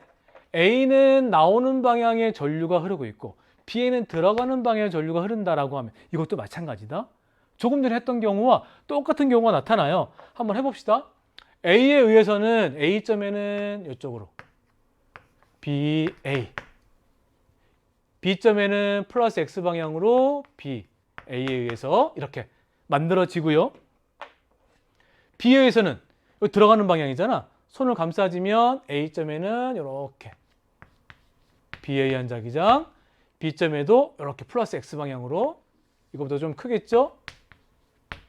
봐봐. 아까와 똑같지 않아? 이 두 개 더해서 플러스 X 방향, 두 개 더해서 플러스 X 방향일 수 있지. 이게 더 크면. B에 흐르는 전류가 A에 흐르는 전류보다 더 크면 이게 더 클 수 있잖아요. 하지만 이 조건은 만족할 수 있지만 첫 번째 조건을 만족하지 못하는 거야. 이 두 개를 더한 것이, 이 두 개, 이 방향까지 고려해서 더한 것을 생각한다면 이게 더 커야 돼. 그런데 문제에서는 A에 의해서 만들어지는 A점에 생긴 자기장의 크기가 더 크다고 했으니까 이것도 생각을 잘못한 거야. 아, 그러니까 첫 번째 우리가 생각했던 것이 맞아요. 물론 여러분 나오는 방향 해도 마찬가지야. 마찬가지. 그러니까 우리 이렇게 한번 해보자. A는 이렇게 들어가고 B도 들어간다. 그리고 전류는 B에 흐르는 전류의 세기가 A에 흐르는 전류의 세기보다 커야 된다 라고 하는 것. 됐어요? 여러 가지 경우를 생각하면서 우리가 크게 큰 중요한 두 가지를 알아낸 거예요. 이거 묻고 있는 거 아니야? 보기 첫 번째, 기억. 전류의 방향은 A, B가 서로 같은 방향으로 전류가 흘러야 됩니다. 두 번째, 전류의 세기는 누가 더 커야 돼요? B에 흐르는 전류가 더 커야 된다. 니은도 맞죠? 자, 디귿 봐봐. 디귿. A와 B의 전류에 한 자기장의 세기는 C에서가 A에서보다 크다. C점과 A점을 비교한 거야. C점과 A점. 자, 이렇게 한번 해봅시다. 이제는 더해봐야지 뭐. 자기장을 표시한 다음에. A가 요 A점에 만드는 자기장의 세기를 우리 BA라고 한번 해볼게요. 방향은 플러스 X 방향. 이렇게. 맞죠? 그러면 A에 의해서 C점에 만드는 자기장의 방향과 크기도 한번 생각해 볼까? 손 이렇게 감싸지면 C점에는 이렇게 마이너스 X 방향으로 만들고요. A에 흐르는 전류가 D만큼 떨어진 곳에 만드는 자기장의 세기를 BA라고 정의한 거야. 여러분 다 알다시피 전류에 의한 자기장은 흐르는 전류에 비례하고 거리에 반비례합니다. 거리가 몇 배예요? 여긴 D만큼 떨어져 있고 여기는 여기 얼마큼이야? 4D만큼 떨어져 있는 거잖아. A로부터. 그치? 거리가 4배야. 4배면 여기 BA라고 우리가 정의하는 순간 여기는요 4분의 BA가 됩니다. 요만큼의 자기장을 만드는 거야. 됐지? 자, 그 다음에 BA한 자기장을 한번 생각해 봐요. B에 흐르는 전류가 D만큼 떨어진 요 C점에 만드는 자기장의 방향은 손 감싸지니까 마이너스 X 방향, 이쪽 방향으로 이걸 B라고 한번 해보자고요. B에서 만들어진 자기장, D만큼 떨어져 있을 때. 자, 이번에는 이 전류에 의해서 A점에 만들어지는 자기장은 거리가 얼마큼 떨어진 거죠? 4D만큼 떨어진 거야. 여기는 D만큼 떨어져 있는데 거리가 4배야. 4배면 거리에 반비례하니까 손 감싸질 때 방향은 플러스 X 방향으로 4분의 요만큼 만들어지겠네. 이 자기장의 4분의 1만큼. 맞죠? 자, 그러면 A점과 C점의 합성 자기장은 요거 두 개 더한 거. 여기 두 개 더한 거. 둘 다 방향이 같으니까 두 개 더한 건데 크기를 생각하면 우리가 알고 있는 중요한 정보 중에 B에 더 큰 전류가 흐른단 말이야. 맞죠? 그래서 B에 의한 자기장, 요 자기장이요. A에 의한 자기장 D만큼 떨어져 있을 때 이거보다 훨씬 커요. 훨씬 크단 말이야. 그 다음 또 하나 더한 거. 이거의 4분의 1. 이거의 4분의 1. 더해봤자 결국 C점에서의 자기장이 A점에서의 자기장보다 큰 거 아니야? 그렇게 판단할 수 있잖아. 일단 B에 의한 자기장과 A에 의한 자기장 비교하면 이게 더 커. 그 다음에 작은 거의 4등분, 4분의 1. 큰 거의 4분의 1을 더한 거예요. 그렇죠? 어느 것이 더 크다는 거 판단할 수 있죠. C가 더 큰 자기장이 형성이 됩니다. 디귿에서 묻고 있는 게 바로 그거예요. 그래서 디귿은 맞는 설명이 되죠. 기억, 니은, 디귿 다 맞습니다. 여러 가지 경우를 생각하면서 접근을 해야 되는 비교적 어려운 문제에 해당되는 그럼 문항이었습니다. 17번 정답 5번이고요. 자, 18번은 A와 B가 충돌하는 과정이에요. B는 정지하고 있고 A는 B를 향해서 나아가고 진행하고 있습니다. 그렇죠? 여기 용수철이 연결되어 있고요. 그 다음에 충돌한 이후에 A와 B는 반대 방향으로 진행하고 있는 과정이 나에 제시되어 있어요. 그럼 여러분이 그림에는 나와 있지 않지만 우리가 그림을 하나 그려볼까? A와 B가 가장 가까이 있는 거야. 그러니까 용수철이 가장 많이 압축됐을 때 이렇게 A, B 요 순간도 한번 그려봅시다. 문제에서 이 순간에 대한 것도 묻고 있으니까요. 자, 이제 문제 주어진 것들을 이제 하나씩 문제 적용하면서 문제를 풀어볼게요. 지금 A의 질량과 B의 질량에 대한 정보가 나옵니다. B가 A의 2배다. 이렇게 이야기했으니까 A의 질량을 M이라고 하면 B의 질량은 2M이 되는 거죠. M, 2M. 여기도 M, 2M. 이렇게 한번 써보자고요.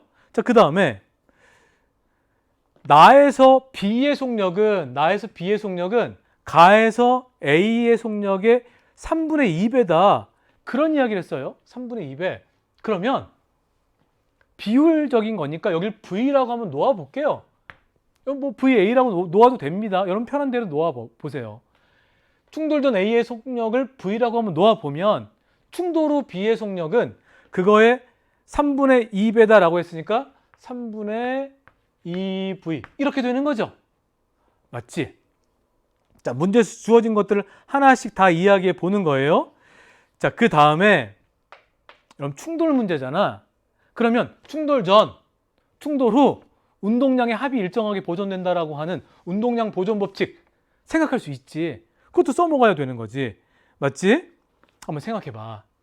충돌한 다음에는 A가 왼쪽 방향으로 요거 VA 프라임 이렇게 한번 해볼까? 그러면 충돌 전과 충돌 후를 생각할 때 운동량 보존 법칙을 식으로 한번 표현해 볼게요. 충돌 전에 A의 운동량은 MV야. MV. B는 정지하고 있으니까 0일 테고 이거는 충돌 후 A의 운동량은 운동 방향이 바뀌었죠? 그러니까 마이너스 값이에요. 마이너스 MVA 프라임. VA 프라임이라고 놓았죠 우리가. 플러스 B의 운동량 2M 곱하기 3분의 2V. 이런 식 하나, 운동량 보존 법칙에 대한 식 하나 놓을 수 있죠? 그럼 여기에서 VA 프라임에 대한 것을 우리가 구할 수 있지 않아요? 봐봐, M 이렇게 다 지워지잖아. M 지워지고 3분의 4V가 되고요. VA 프라임은 이렇게 넘어가면 마이너스 3분의 V가 되네. 마이너스 3분의 V. 마이너스 3분의 V가 마이너스 VA 프라임이 되니까 VA 프라임은 3분의 V가 되네요. 3분의 V. 맞죠? 우리가 V는 충돌 전에 A의 속도를 V라고 놓은 거야. 그럼 충돌하니까 반대 방향으로 VA 프라임이라고 우리가 놓았는데 이 값이 얼마냐면 3분의 V구나. 이렇게 운동량 보존 법칙을 통해서 하나 구해냈어요. 맞죠? 자, 그 다음에 문제에서 이제 묻고 있는 거 한번 잘 봅시다. 용수철이 압축되는 동안 압축된다라고 하는 것은 에너지 개념으로 보면 여기에 탄성 포텐셜 에너지로 저장되는 거잖아. 그 최대값. 그럼 탄성 포텐셜 에너지는 2분의 1 kx제곱이지. 그러니까 x가 최대일 때. 그래서 최대로 압축될 때를 하나 그린 거야. 이때 여기에 저장된 탄성 포텐셜 에너지를 E1이라고 하자. 문제에서 제시한 거예요. E1이라고 하자. 그렇죠? 그 다음에 E2는 나에서 B의 운동 에너지를 요거 E2라고 하자. 그러면 E2분의 E1이 얼마겠는가? 이걸 묻고 있는 문제 아닙니까? 자, 봅시다. 요 시간 이제 우리가 한번 써먹었으니까 싹 지우고요. 일단 여러분 이런 상황이 이해가 돼야 된다. 봐봐요. B가 정지하고 있어. 여기 용수철이 있습니다. A가 와요. 용수철이 압축되기 시작하는 거야. 그러면 A 입장에서는 용수철이 압축되면서 왼쪽 방향으로 탄성력을 받겠지. 운동 방향과 반대 방향의 힘을 받으니까 A는 점점 느려지는 거야. 점점 느려집니다. B는 오른쪽 방향의 탄성력을 받는다? B는 점점 빨라져요. A는 점점 느려지고 B는 점점 빨라지다가 A와 B의 속도가 같아지는 상황이 있어. 그게 언제냐면 용수철이 최대로 압축됐을 때야. 이때 A와 B가 속도가 같아지는 거예요. 돼요? 자, 그 다음부터는 최대로 압축됐던 용수철이 다시 펴지면서 B는 오른쪽 방향으로 탄성력을 받습니다. 빨라져요. A는 또 반대 방향으로 탄성력을 받아요. 그렇죠? 그러니까 여러분 B는 점점 느려지고 A는 점점 빨라지다가 그 다음에 속도가 같아졌단 말이야. 그때가 A와 B의 속도가 같아지는 그 순간이고요. 용수철이 최대로 압축되는 바로 그 순간이에요. 그 다음부터는 또 속도가 달라져요. 그러니까 최대로 압축됐다라고 하는 것은 A는 속도가 느려지다가 B는 빨라지다가 둘의 속도가 같아졌을 때 그때를 의미하는 것입니다. 그럼 여러분 여기랑도 운동량 보존 법칙이 성립하는 거 아니야? 그렇잖아. 그러면 여기에서 운동량은 A의 운동량밖에 없으니까 MV가 되고 여기에서 운동량은 질량이 3M 한 물체처럼 생각합니다. 3M 이때 속도 라지 V라고 하면 이게 운동량이 됩니다. 이 값과 이 값이 같아야 돼요. 결국 두 물체가 최대로 압축됐을 때는 그때 속도는 얼마가 되냐면 3분의 V가 된다라고 하는 것이에요. 됐어요. 3분의 V가 된다. 그 상황을 생각하는 것이 만만치 않았어요. 자, 충돌 과정에서 역학적 에너지는 항상 손실이 없고 보존된다라고 했으니까 이것을 가지고 우리가 문제를 풀어 갑시다. 원래 충돌 전에 A의 운동 에너지, 그것이 역학적 에너지잖아요. 2분의 1 mv 제곱이었어. 맞지? 자, 그 다음에 최대로 압축됐을 때 AB의 운동 에너지 플러스 용수철이 압축되니까 여기에 탄성 포텐셜 에너지가 있을 거야. 그 두 개를 더한 것이 2분의 1 mv 제곱이 돼야 돼요. 그래야 에너지 손실이 없었던 거야. 맞지? 그러면 이렇게 2분의 1 mv 제곱은 이 원 용수철에 저장되어 있는 탄성 포텐셜 에너지의 최대값 플러스 AB의 운동 에너지 2분의 1 질량은 3M V는 3분의 V니까요. 제곱하면 9분의 V 제곱. 여기에서요. 이 원을 구할 수 있잖아요. 그렇죠? 이렇게 약분해 볼까? 3. 그러면 6분의 1 mv 제곱이고 6분의 1. 그럼 이건 6분의 2. 6분의 2니까 6분의 2. 3분의 1 mv 제곱이 되겠다. 이 원은. 맞죠? 그래야 두 개 더한 것이 2분의 1 mv 제곱이 되는 거죠. 3분의 1 mv 제곱이다. 이거는 구해냈고요. 그 다음에 충돌 이후 B의 운동 에너지 E2 구해보면 2분의 1 질량 2m V 제곱 3분의 2V 제곱하면 9분의 4 V 제곱이니까요.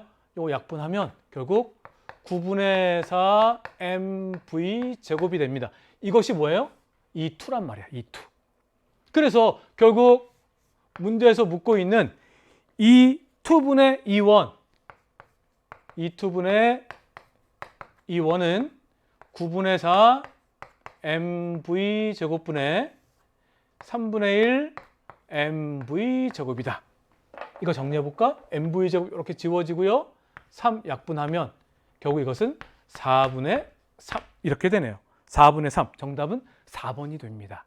이것도 만만치 않았는데 여러분 이 과정을 이해하는 것 A와 B가 충돌하면서 용수철이 압축하는 과정에서 A는 운동 반대 방향으로 힘을 받고요. B는 플러스 X방향 오른쪽 방향으로 힘을 받으면서 A는 느려지고 B는 빨라지다가 3분의 V가 되는 순간 그때 A, B의 속도가 같아지는 거고요. 그때가 용수철이 최대로 압축된 거야. 최대로 압축되고요. 그 이후에 B는 또 오른쪽으로 더 빨라지겠죠. 그래서 얼마가 됐어요? 3분의 2V가 됐고 B는 느려지다가 반대 방향, 3분의 V로 반대 방향으로 진행하는 거야. 맞지? 여러분 여기서 하나 더 확인하고 싶으면 여기에서 2분의 1 mv 제곱 역학적 에너지 여기에서 A의 역학적 에너지, B의 역학적 에너지 구한 다음에 더해봐요. 역학적 에너지는 손실되지 않고 보존됐다는 것도 확인할 수 있을 거예요. 자, 정답 4번 확인하고 넘어갑니다. 19번. 전자기 유도에 대한 문제예요. 지금 19번은 실험 과정과 실험 결과가 제시가 되어 있는데 자석을 매달고요. 여기 검유계하고 연결되어 있는 여기 솔레노이드 코일 위에 왔다 갔다 하는 거지. 그치? 여러분 이거 어렵지 않게 해결하지 않았을까? 자석의 운동 경로가 A에서 B로 갈 때 결국 자석에 접근하는 거잖아. 자석에 접근합니다. B에서 C로 갈 때는 자석에서 멀어지는 거예요. 접근할 때와 멀어질 때는 유도 전류의 방향은 반대가 된다는 거 여러분 알지? 접근하면 여러분 만약에 그림에서 보는 것처럼 위에가 N이면 아래가 S극이야. S극이 접근하면 여기 위에 S극이 있는 것처럼 밀어내야 되니까. S극이 멀어지면 끌어당겨야 되잖아. 마치 위에 N극이 있는 것처럼. 그럼 이렇게 전류가 흐르고요. 이렇게 전류가 흐르는 거야. 맞지? 유도 전류 방향? 그런데 자석의 운동 경로가 세 가지가 제시가 되고 있어요. 그리고 A, B, 검유계 바늘이 움직이는 방향이 이제 유도 전류가 방향이 어떻게 달라지는지를 보여주고 있는데 A에서 B, 자석이 접근할 때 B에서 C, 자석이 멀어질 때 C에서 B, 다시 내려올 때예요. 접근할 때. 그러면 유도 전류의 방향은 접근할 때는 전류 방향이 똑같으니까 결국 이 기억에 들어가는 건 A 방향이 되겠다. 검유계 바늘이 A 쪽으로 움직이겠다라고 하는 거 확인할 수 있을 거야. 보기에서 옳은 거 구해볼까요? 기억. A와 C의 높이는 같다. 그렇지 않죠. 이 코일이 없으면 당연히 C 높이까지 올라가겠지. 공기저항 무시하고 그러면. 하지만 자석이 내려오고 올라가는 과정에서 여기에는 유도 전류가 흐릅니다. 전기 에너지가 만들어지는 거예요. 그러니까 자석의 역학적 에너지는 감소해야 돼. 그치? 기억은 틀린 설명. 니은. 요 빈칸. 여기는 A다. 맞는 설명. 디귿. 자석이 B에서 C까지 이동하는 동안 이제 멀어지는 거죠. 멀어질 때 자석과 코일 사이에 작용하는 자기력의 크기. 여러분 멀어지게 되면 거리가 멀어지면 점점 느려지는 거잖아. 그치? 점점 느려져요. 자기력의 크기 점점 약해질 수밖에 없지 않아? 빠르게 접근하거나 빠르게 멀어질 때 더 큰 자기력이 작용하는 거잖아. 그 접근을 방해하고 멀어지는 걸 또 방해하기 위해서 끌어당기고 이럴 때 언제요? 빠르게 접근하거나 빠르게 멀어질 때가 자기력이 큰데 B에서 C로 간다는 건 멀어지는 거야. 점점 느려지는 거예요. 자기력의 크기는 감소한다, 작아진다. 맞는 설명이 됩니다. 정답은 니은과 디귿이 맞는 4번이 돼요. 자, 마지막 20번 문제 풀어볼게요. 20번 문제는 동일한 단색광 P가 C에서 A로 그리고 C에서 B로 진행하고 있는 장면입니다. 입사각 똑같죠? 30도, 30도. 굴절각 60도, 65도 이런 정보가 제시가 됐어요. 자, 여러분 이거 어떻게 해석했어? 어렵지 않게 해석했을 텐데 C에서 A로 갈 때 굴절각이 입사각보다 커졌어. 경계면 쪽으로 꺾였네? 그럼 빨라진 건데 빨라졌다는 것은 C의 굴절률이 A의 굴절률보다 크다라고 하는 것. 여기도 마찬가지죠. 경계면 쪽으로 꺾였잖아요. 그러니까 C의 굴절률이 B의 굴절률보다 큰 것인데 누가 더 많이 꺾였나 판단해 볼까? 봐봐. 여기는 이렇게 갔어야 되는데 요만큼 꺾인 거야.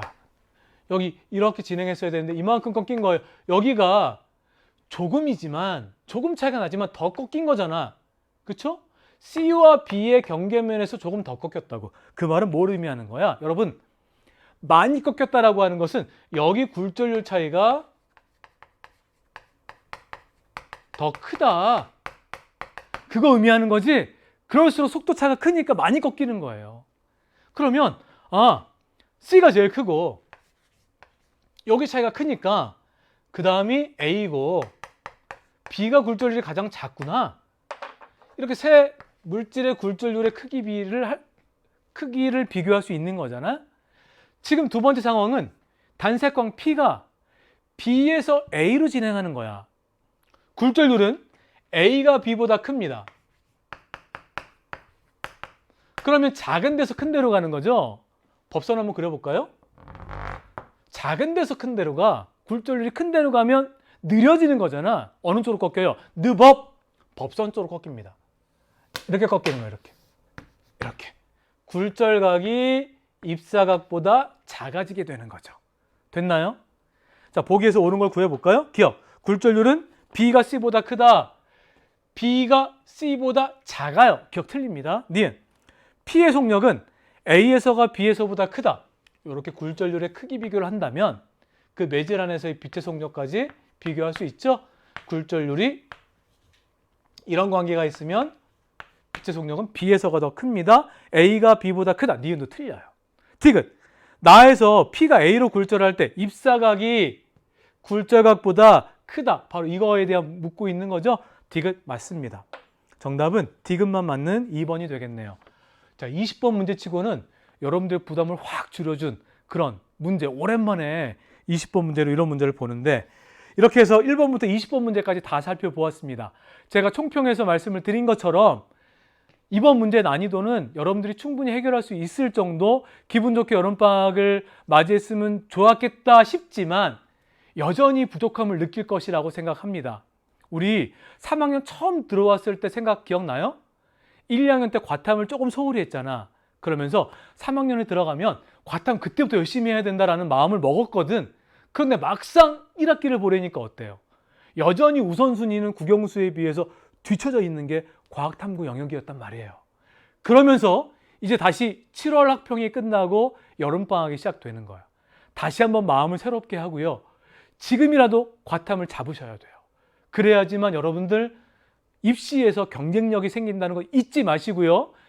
여러분 1번부터 20번 모두 좋은 난도 그리고 좋은 문항들이니까 꼼꼼히 체크해 보시면서 잘 정리해 두시면 여러분들 입시에 큰 도움이 될 것이라고 생각합니다. 이렇게 해서 우리 7월 학평 모든 문제 해설 강의를 마무리하고요. 우리는 또 다른 강좌에서 기쁜 모습으로 만나도록 하겠습니다. 여러분들 수고 많으셨습니다. 감사합니다.